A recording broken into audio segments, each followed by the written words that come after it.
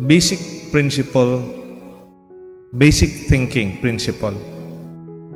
Yung pag-iisip na makikita mo muna anong pinakamahalaga at nananatili.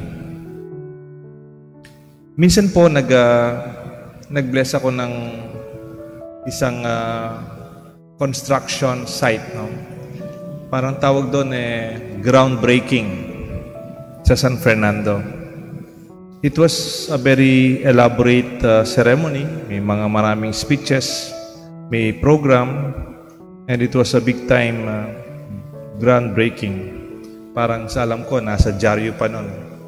And nandun yung mayor, yung mga may-ari ng lupa, yung mga investors. Ito ay malaking korporasyon galing sa Manila. Parang gagawa sila ng magkatabi-tabi, siguro mga 4 na mga buildings. At least 15 stories. No? Wala yatang ganun pakatas na building noon sa San Fernando na 15 story. So, nandun po ako doon sa groundbreaking. And very promising yung commercial center, tapos may parang may mga opisina, tapos may mga condominiums. Parang yung mga buildings dito sa Clark. 4 na taon na ako dito. Tapos 2 taon pa doon yata. More than 6 years na, hindi pa naumpisan yung project. Sabi ko, di ba, big time yung, yung project, ba't kaya hindi naituloy? Nagtanong-tanong po ako, may nakapagsabi. Sabi ko, wala ba silang pondo? No? Hindi, Father, malaking korporasyon po yun, maraming puhunan yun, maraming investors. O bakit nila hindi tinuloy yung mga buildings? No? Excited pa naman ako na magkakaroon ng mga 15 floors and pataas yung mga building doon sa San Fernando. No? Sa Father kasi po, nakita nila, no? Parang later na lang yung soil testing. Yun daw, soil bearing capacity ng lupa was weak. The soil cannot sustain a very high building unless they will spend so much money in the piling support.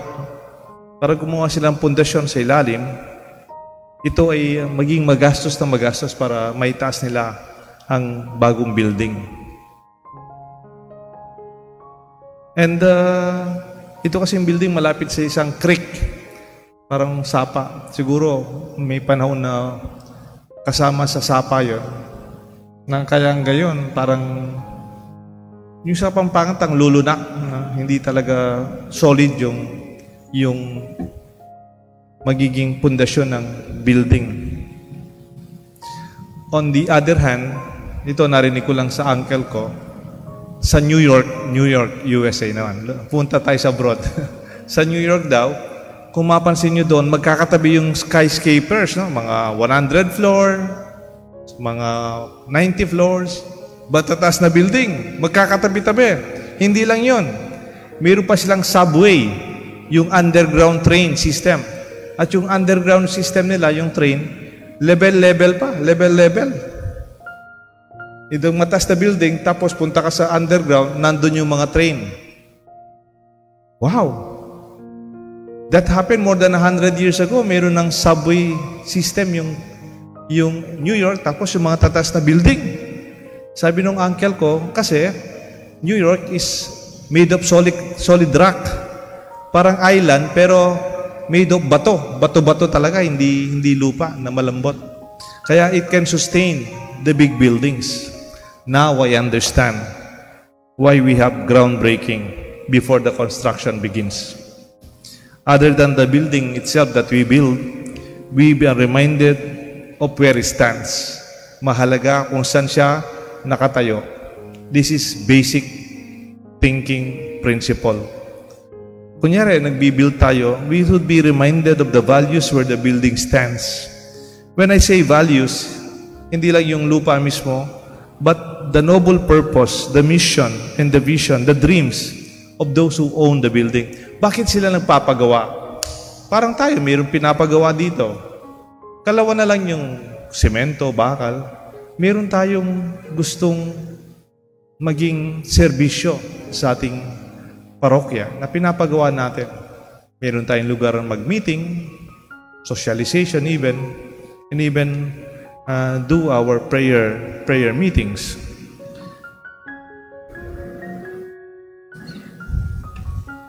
Yung sinasabi natin sa basic thinking principle, kuminsan kasi sa mga halaman, nakikita natin kagad yung mga leaves, yung mga dahon, iba-ibang kulay, magandang kulay, yung mga branches, yung mga bulaklak na mabango, magandang kulay, o nakikita rin natin yung masarap na prutas na mga halaman. Okay lang po yun. Pero, without this, okay din naman. May panahon kung minsan, walang bunga ang halaman, di ba? O minsan, out of season. Minsan, 1 year, hindi magkakabunga. O minsan, wala silang bulaklak kasi magkaroon ng bagyo. O kaya, may time nawawalan sila, naagnasan sila ng leaves, kamukha ng ibang halaman. Pero, they survive. Kasi mahalaga yung ugat, the roots. That is what they call basic thinking principle. Basic principle thinking. Yung pag-isip na mauuna muna yung pinakamahalaga. Kasi kahit walang bunga, kahit walang bulaklak, at kumisan naagnasan ng dahon, basta may ugat, nananatili ang halaman. At yung ugat na yon, hindi man natin nakikita, hindi man obvious. Hindi kamukha ng mga bulaklak, naamoy mo, yung mga dahon, nakikita mo. But we know these are what we call values, the basic principles of life that sustains every tree. Jesus reminds us that the value of putting into our life His words is more the point of making us stable, balanced, and strong, even in the midst of storms, the winds, and the floods. A house built upon solid rock will withstand these challenges. Sana ganun din yung buhay natin. Hindi lang yung magandang nakikita sa atin sa labas, kundi malalim ang ating mga prinsipyo, ang ating mga pag-unawa kung anong mas mahalaga sa buhay. Hindi yung sinasabi ng iba. Yung sinasabi ng iba, opinion lang yon. That is not you. Or sometimes that is not reality. Know yourself and know your purpose. Anong dapat kong gawin? Kailangan matapos ako sa pag-aaral. Kahit anong sinabi ng mga classmate ko, ibang section. Kailangan gumraduate ako, magkaroon ako ng trabaho, makatulong ako kay nanay at kay tatay. Makatulong ako sa mga kapatid ko. Yun ang aking mission sa buhay. Kapag yan malinaw, you already are solid in your faith. Solid in your rooting. Matibay at malalim ang iyong kinatatayuan, pinaninindigan, sabi nga. Meron akong nabasa, sabi niya, how do you know the strongest tree in the forest? Paano mo makikilala ang pinaka matibay na kahoy, na halaman sa kagubatan? Isa-isa pupuntahan mo? Check mo kung matibay, matigas? Hindi. Look at the side of the mountain where the wind blows hardest. And when you see a tree standing straight and majestic in that place, it is the strongest tree in the forest. Kung saan pinakamalakas yung hangin, pero mayroon pa rin nakatayong halaman doon, yun ang pinamakalakas na sa mga halaman. Let this be our thanksgiving. May the Lord always invite us to remain strong in His words and in our actions, from His teachings and our Bible, that with this, it will make us strong with the challenging times of our life.